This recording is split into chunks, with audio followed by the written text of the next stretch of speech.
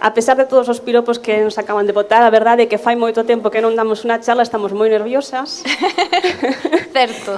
Así que se queredes facernos alguna pregunta mentras estamos a falar, sen ningún problema, encantadísimas. Si, nós temos unhas presentacións que igual son un pouco formais, pero podedes pararnos cando queirades. De feito, preferimos que o fagades así, e parámolo e falamos, e se non chegamos ao final, pois non pasa nada. Así é unha disculpa para que nos volvan a invitar a este espazo tan xenial que tendes aquí. Que sí, e relaxarnos tamén.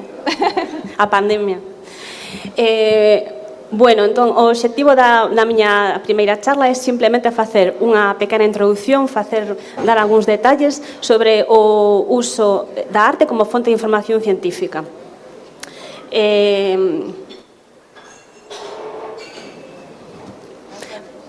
Que? Sí. Para logo dar paso á miña compañeira Pilar, que vai falar do seu traballo no que concretamente utilizou este tipo de metodoloxía.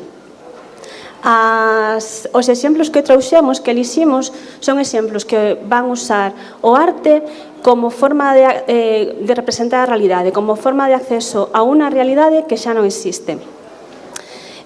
Para iso é importante contar ou ter en conta a capacidade dos artistas de observar detalles mínimos, os detalles máis mínimos que poden pasar desapercibidos para a xente normal ou os non especialistas e que poden ser utilizados por outro tipo de investigadores ou de especialistas para obter datos valiosos para ser empregados en publicacións ou traballos científicos en principio que non teñen relación directa coas actividades artísticas, como pode ser a medicina, como pode ser a xenética ou a bioloxía no noso caso. Ou a agronomía. Ou a agronomía. Sí, eso era basicamente a introducción.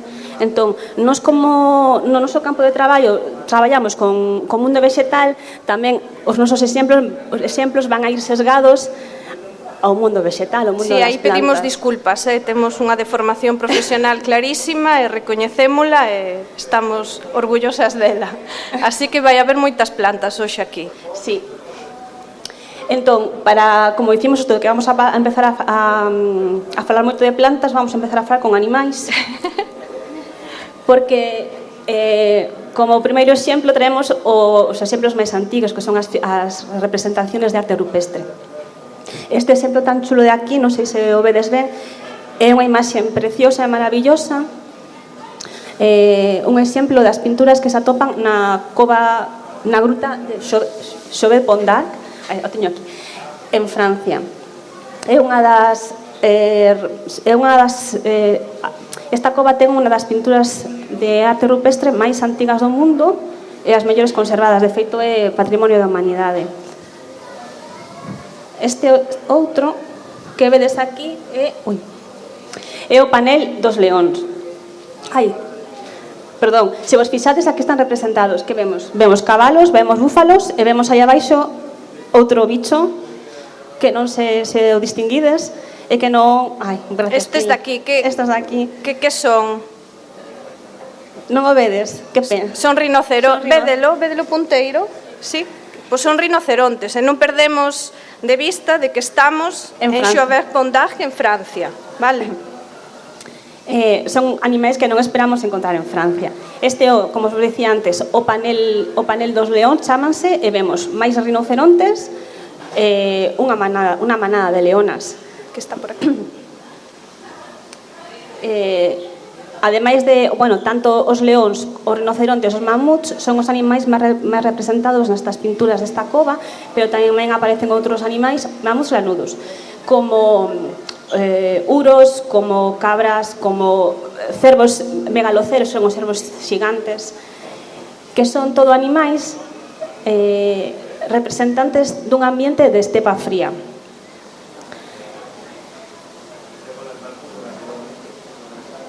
Se vos fixades, o máis interesante, este é un plano máis de preto do panel que vos mostraba antes. O interesante destas representacións, non sei se o podedes ver aí, é o detalle que teñen na representación da anatomía dos animais. É increíble, están increíblemente ben descritos, preciosos. De feito, non sei, es que claro, vense aprecianse os bigotes das leonas, as ollas pequeñas, as faccións da cara, as expresións, a sensación de movimento que hai todo o tempo. Vou poñer aí aquí nos rinocerontes tamén unha gran sensación de movimento, as orellas pequenas dos rinocerontes. Vou pasar para atrás por un momento. Incluso aquí nos cabalos, as crins, as meixelas, están...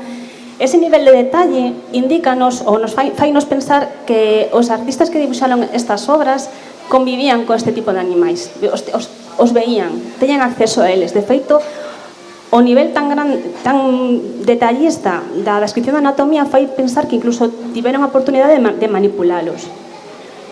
Entonces, un exemplo como este, como destas das covas, un exemplo da biodiversidade que existía naquela época que convivían estas personas e do ambiente, da situación climática que tiñan. Danos idea da diversidade e do ambiente.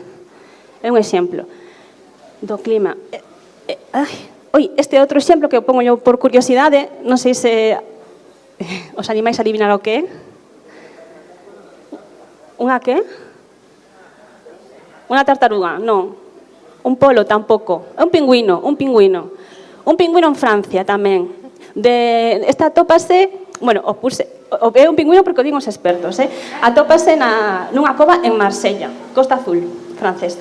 Unha curiosidade. Os de Pondar que dibuixaban mellor, Por certo, esta gruta é preciosa tamén, se quedes buscala, é unha gruta semisumerxida, super bonita, que tamén representa fauna local.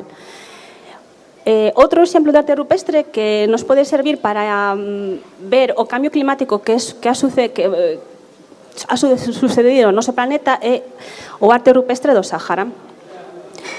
Por todo o norte de África, onde hoxe está o Sáhara, hai multitud de expresións de arte rupestre, tanto en grabado como en pintura. Sí que é certo que é moi difícil datalas por onde están e o tipo de ambiente onde están, pero digamos que podemos distinguir como 3 fases que nos falannos eso, do clima, do ambiente e dos animais que viven aí. Estou vos a falar do Sáhara. Estou vos a mostrar unha foto dun grabado de un hipopótamo. As representacións máis antiguas son representacións, como os dicía, de animais salvaxes, grandes mamíferos, hipopótamos, elefantes, búfalos, tamén hai cocodrilos, peixes, monos, que dan idea dun ambiente moito máis húmedo do que existe actualmente. Un ambiente de estepa, característico da estepa de antes, como se chama, da sabana. Ambientes que hoxe asociamos son moito máis ao sur do Sáhara. Sí, queríamos aquí... Bueno, aí vemos un elefante que tamén é interesante porque, como comentaba antes, o nivel de detalle que teñen danos fe de que os estaban vendo. As patas están moi ben dibuixadas, as orellas, a trompa, o sea, que eran especies convivintes. Non a seguinte etapa, máis adiante, cando o ambiente volvese máis seco, desaparecen os grandes mamíferos e empezan a representarse rabaños de vacas. Os habitantes pasan de ser cazadores-recolectores a ser pastores. Hai multitud deste tipo de representaciones por todo o norte de África, son as mayoritarias. De feito, en algunhas delas é a única proba de que por aí pasaron rabaños. Non hai restos arqueolóxicos que podan atestiguar iso. Iso pode ser tamén porque eran transhumantes.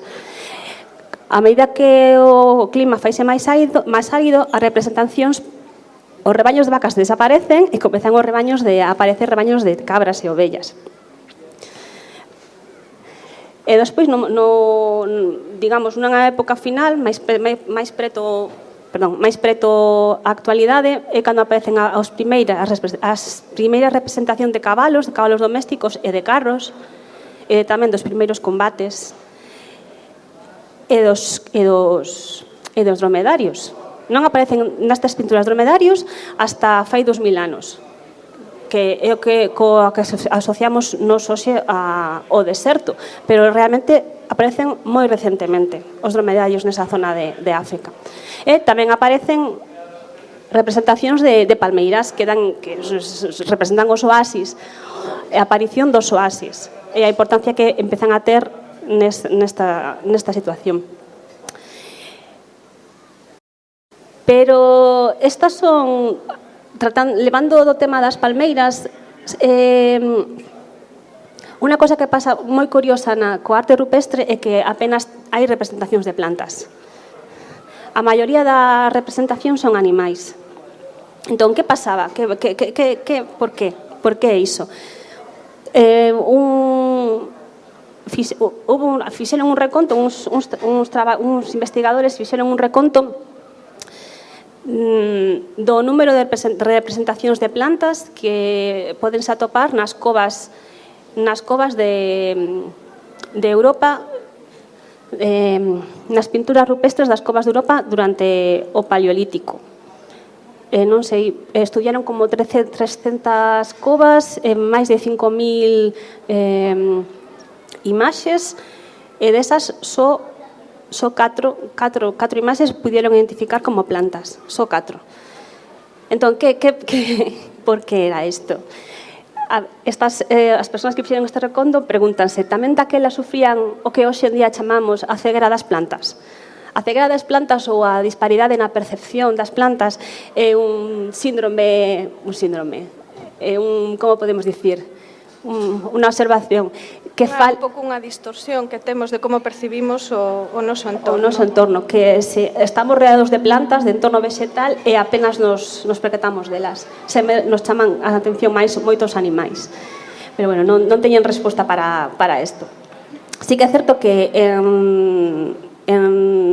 nas zonas onde hai maior diversidade vegetal ou as plantas xogan un papel fundamental e crítico para a supervivencia das persoas ou teñen un peso cultural ou religioso, sí que atópanse maiores representacións de vegetais, pero en Europa é moi pouco. Un exemplo desto que os comentaba é Australia. Australia ten unha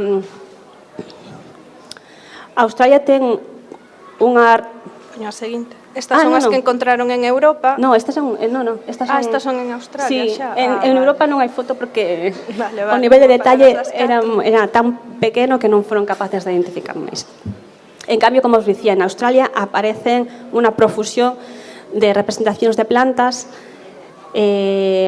Australia ten arte rupestre datada dende fai máis de 36.000 anos. De feito, continúa hasta ahora. Durante todo ese período, a xente representou plantas nas súas necesidades de compartir. A ver, se ben é certo que a maioría siguen sendo animais. Australia é un exemplo único, por eso que vos digo, por o seu alto porcentaxe de representacións de plantas na arte rupestre. Aquí temos unos exemplos. Isto provén dun traballo que se fixo na rexión de Kimberley, que é no noroeste de Australia, nunha rexión enorme. Analizaron máis de 3.700 sitios localizados con representacións de arte rupestre, e calcularon que no 25%, de media no 15% dos sitios había plantas representadas. Nalgúns períodos estilísticos, sobre todo nos máis antigos, este porcentaxe acadaba o 25% nos sitios. O sea, isto indica unha importancia das plantas nestas sociedades moi grande. Aquí temos, os exemplos que traio son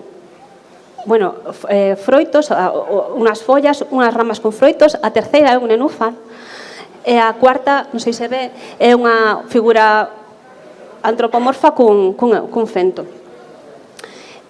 Como os dicía, estes investigadores foron capaces de identificar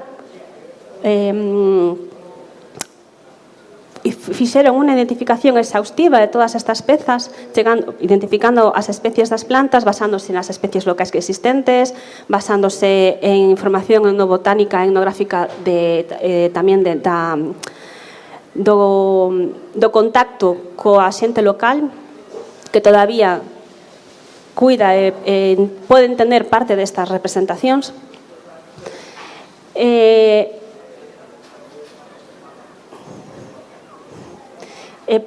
Puxeron en releve a importancia que teñen estas plantas nesas sociedades. Tamén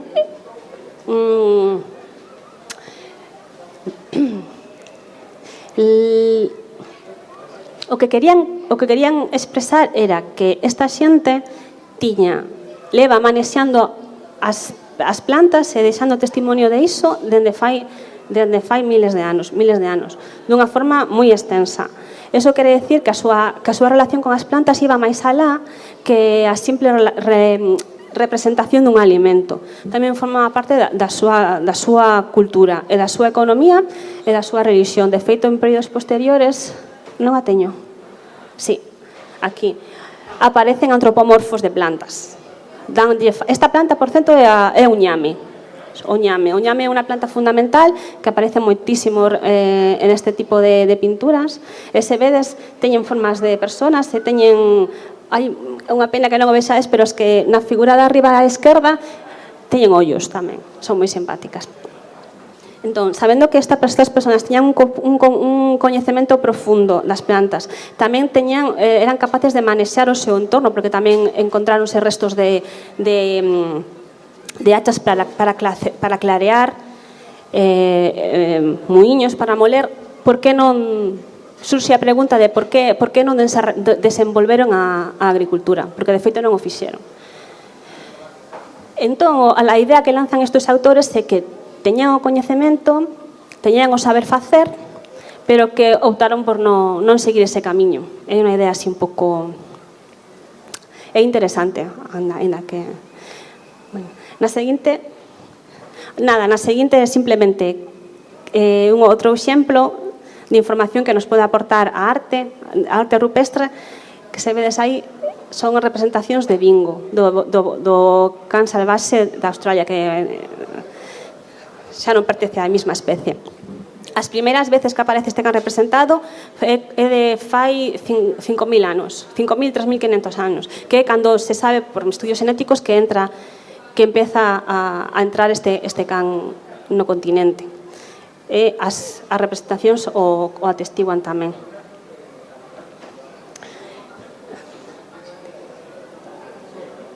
Este é o elefante que puxen antes, que estaba en Arxelia, me parece, que está moi ben representado, a súa trompa, as súas orellas, a cola, os detalles da cola.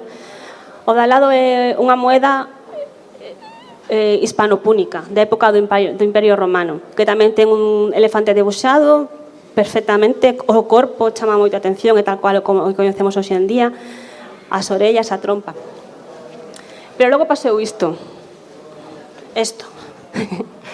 Bueno, este é un exemplo de como podemos perder o coñecemento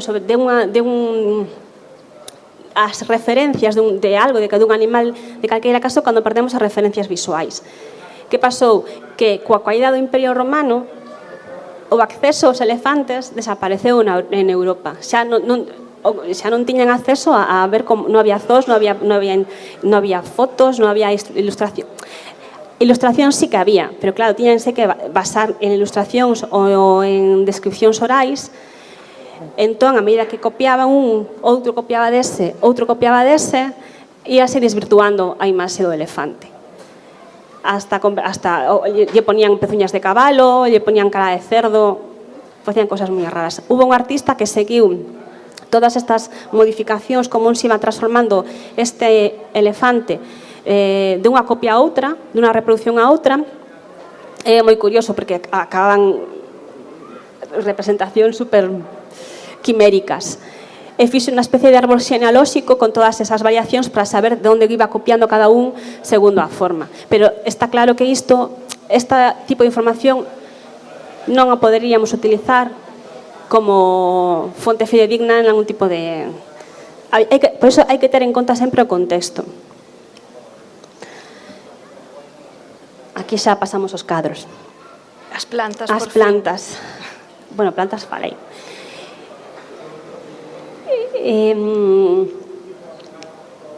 Outro gran campo de traballo no que a arte foi unha fonte de información no estudio da evolución das plantas domesticadas.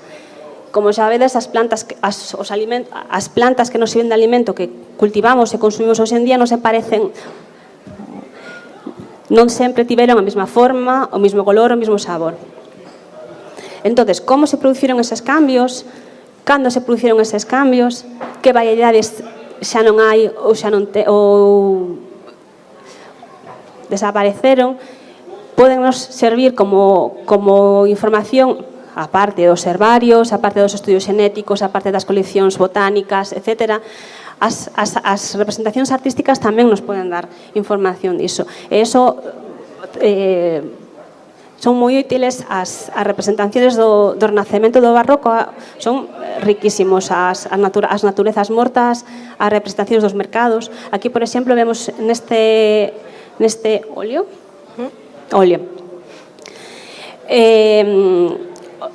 un mercado, vemos eu vexo, vos non sei, multitud de brásicas, de coles e repolos de diferentes formas, de diferentes tipos, se non me equivoco. Vemos, veixo, señalo, manzás, vemos frutos vermellos, non? Sí. Vemos curvitáceas. Están por aquí? Non, espera. Esta información, estos son representan, como vos dicía ao principio, son imaxes fixas dunha realidade que xa non existe e da que podemos tirar cando queremos investigar sobre eses campos, sobre a domesticación das plantas, sobre a abundancia das variedades. O exemplo da zanahoria é un deles. Temos aquí abaixo, se os fixades, dous exemplos. Temos zanahorias laranxas e zanahorias púrpura. As zanahorias, paso a seguinte. Nesta foto podedes ver como serían un exemplo de zanahorias silvestres. A raíz é totalmente diferente, é moito máis finiña, está ramificada. A domesticación da zanahoria levou a formación, a diversidade de colores, a formación dunha raíz gorda e máis doce. Aquí á esquerda hai unha representación antiga dunha zanahoria que ten do ano 500, dun códice, e ten ramificacións. Nos indica aí o nivel de domesticación que tiñan nese momento. Aquí vemos, en cambio, aquí neste cuadro podemos ver zanahorias ou chiribías, non sabemos moi ben, poden ser zanahorias que teñen as dúas cosas. Estas son chiribías e estas son cenouras. As chiribías? As chiribías agora como se dice? Non sei, pasticanas?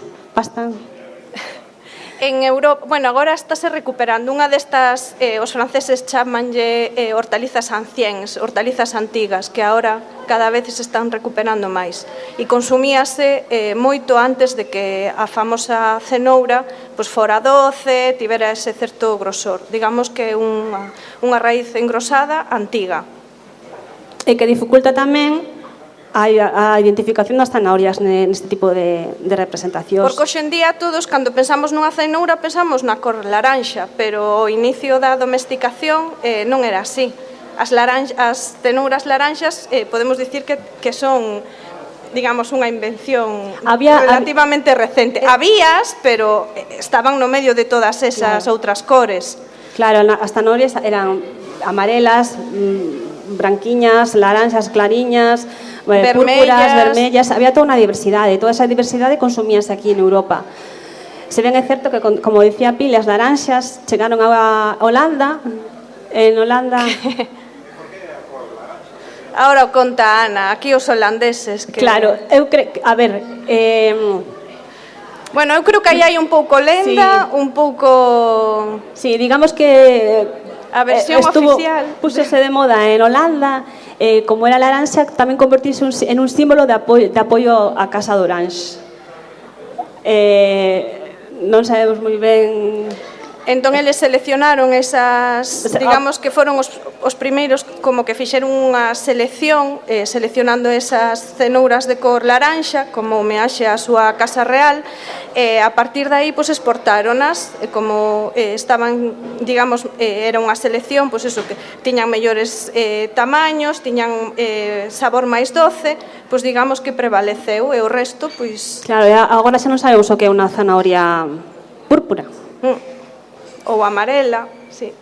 Pero os cadros atestiguan que aí estaban. Aí, neste outro, tamén... Aí vas a decir algo? No. Neste outro... Xa vou chivar. No, chiva. Temos isto aquí, que aquí teño a dúda de se unha representación fidedigna ou foiselles un pouco a imaginación, pero se vemos o que ten al lado, que tamén son sandías, ¿no? Sí. E melóns. Entonces, bueno, vailo contar sí, despois sí, la seguinte, pero con Julia. Vou aclarar que todas estas obras de arte, además do que dicía Ana, de aclararnos un pouco a domesticación, pois, os cambios que sufriron os cultivos ao longo dos procesos de domesticación, as variedades que había, como pasa, por exemplo, coas cenouras, pasa un montón pois, cas froitas, ca vide, ademais, pois iso, de darnos pista de como foi ese proceso de domesticación, tamén nos dan moitísima información de como Europa adaptouse a todos esos cultivos que cando empezamos a facer as exploracións a outros continentes, as Indias orientais, occidentais, África, pois os cadros da época, despois Ana vai vos contar uns frescos italianos que vemos agora, se queres. Mira, non fago spoiler, falo pero volvemos paso rápido estas sí. E volvemos para atrás. Non miréis, agora. Conto agora. A ver, a historia é que además da domesticación podemos ver os cambios socioculturais e a importancia que lle demos e como adoptamos moi rapidamente o pouco de, por exemplo, de chegar a América, certos cultivos que aquí non tiñamos. Entonces, por exemplo, nos frescos estos desta vila italiana que datan de 1517, vemos representadas especies como millo, como a cabaza ou o calacú, porque quería aclarar que aquí en Europa, antes de chegar a América, por moito que agora haya toda esta controversia do Halloween ou do Samaín, non tiñamos cabazas. As cabazas grandes son unha especie. As cabazas que lle chamamos cacahuetes son outra especie que tamén veu de América. E o calabacín tamén veu de América. E aquí en Europa, que tiñamos? Pois tiñamos os pepinillos e a lanaria siderata, que é a cabaza do peregrino, que como todos saberedes, para comer ou para facer purés ou tartas, pois boa non é. Entonces, cando chegaron os conquistadores a América e nos viñeron de volta das súas viaxes con esas preciosas calabazas, laranxas, grandes, carnosas, doces, pois enseguida a adoptamos. Outros alimentos como o tomate, como era da familia das solanáceas, e aquí tiñan un poquinho de mala fama pola mandrágola, a veladona, porque se utilizaban como velenos e tal. As solanáceas tamén son as patatas. Pois as patatas. Co tomate e coa pataca pasou un poquinho eso de que fomos máis reticentes pola mala fama que arrastraban os seus, digamos, familiares europeos. Pero en cambio hai outras, pois como o millo ou como os calacús, as cabazas, que os adoptamos enseguidísima. Eso sabémolo por rexistros, polos herbarios, pero tamén o sabemos por estas representacións artísticas. E xa no 1517 o pintor incluía nestes frescos representacións de millo, de cabazas, era porque eran algo, sobre todo con este rigor botánico, distintas formas, distintas cores, mirade, isto é o pepinillo que xa estaba aquí, pero aparecen as cabazas. Entonces, os investigadores destos temas, o que lles dá a entender é que enseguida a sociedade europea adoptou eses cultivos. Vale, entonces agora volvemos iso, aclarar que aquí non había cabazas. Entonces, cando encontramos esas cousas nos cadro anterior que nos ensinaba Ana... Perdón. Pois isto é, en realidade, podería ser unha hidra, que tamén nos veu da lá, que é a que se fai o cabello de anxo. pois ese tipo de cabaza tamén nos chegou dali. Pero, sin embargo, hai outras representacións como esta, que isto sí que é unha sandía. E a sandía domesticouse en África. En África. Pero cando se domesticou, obviamente, non era así como coñecemos agora, era así. Entonces, empregando estas fontes, estes cadros, pois podemos saber como de rápido ou como foi ese proceso de domesticación de certos cultivos. E no caso da sandía, bueno, a min pareceme espectacular que os científicos, os investigadores sabemos, pois podemos investigar o ADN de parentes lonxanos da sandía ou de silvestres e ver que efectivamente a sandía de agora ven deste parente silvestre. Pero ter un documento gráfico de como foi ese proceso de domesticación que agora xa non estamos asistindo a él, pois a mí pareceme superinteresante. E xa non interrompo máis a Ana. Non, interrompeme todo o que queiras, fala ti. Exacto. Exacto. E cambiar a cor, realmente non que se rellenara. O que pasou foi un pouco como pasou no tomate, digamos que o que seleccionou o ser humano foi esa pulpa carnosa e doce. Resulta que, digamos, que o xen que fai... Está ligado. A cor está ligada a esa selección da pulpa. Entón, indirectamente, non é que quixeran a cor vermella, o que querían era que foran doces as sandías, a pulpa doce. E coincidiu que está ligado o xen da cor. Entón, por iso temos sandías vermellas. Tamén é moito máis chamativo, igual tamén tivo... O sea, veulles de maravilla, porque é o que todo mellorador xenético queremos ter nas nosas vidas, un marcador fenotípico que este asociado ao carácter de interés a seleccionar. Entonces, pues, tiveron sorte, que ás veces pasa, Moi interesante, máis que vimos antes. En estes cadros de Caravaggio tamén podemos ver grande diversidade de peras, de manzás e de melocotóns. Tamén os ollos dun botánico pode velos. Pero o que é máis curioso, o que tamén pode ser curioso para nós ou menos, é que tamén é capaz de representar enfermidades das plantas, ataques de insectos. E tamén, en algunhas ocasións, o que parece tamén estreses abióticos, o sea, déficits de nutrientes. Aquí nesta, a que señalaba a folla ten como o borde marrón, perdón, es que aquí non o vexo, como se tivera un déficit de potasio. Aquí vese nestas, non sei, nestas mazás, en estas ta outras se ven as mazás con buracos da polilla do manzano, estas mazás con síntomas de unha infección fúnxica. De feito, algúns autores dan a especie de patóxino que aquí tamén podense ver ovos de insectos. É moi interesante isto. Además das enfermedades das plantas, ¿esto lo contas ti? No. Vale. No, conto.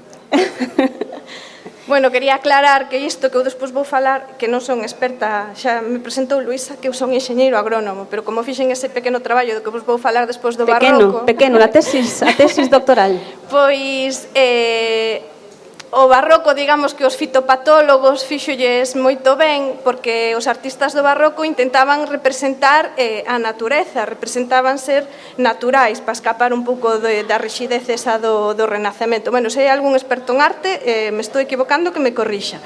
Pero entón, pois, ese afán por representar os bodegóns, pois, se a mazá tiña un defecto ou a folla tiña unha mancha, eles iban a reflexar no seu cadro. Entonces é unha fonte de información que o mesmo que nos serve en algunhas ocasións para saber pois, cando esos cultivos entraron e cando os empezamos a integrar, tamén sabemos que os cultivos que nos trouxemos de outras zonas non só nos trouxemos os cultivos, trouxémonos as pragas e as enfermidades tamén.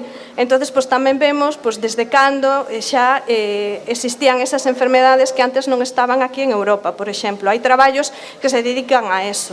Ou cos tulipáns famosos, a primeira bancarrota que fixemos aquí en Europa. A burbuxa. Exacto, a burbuxa dos tulipáns. Pois tamén houbo investigadores especialistas en fitopatoloxía que se dedicaron a investigar nos cadros pois como evolucionou esas virosis dende cando apareceron e porque un tipo de tulipáns os que teñen como rayas o variegado dos tulipáns está causado por un virus.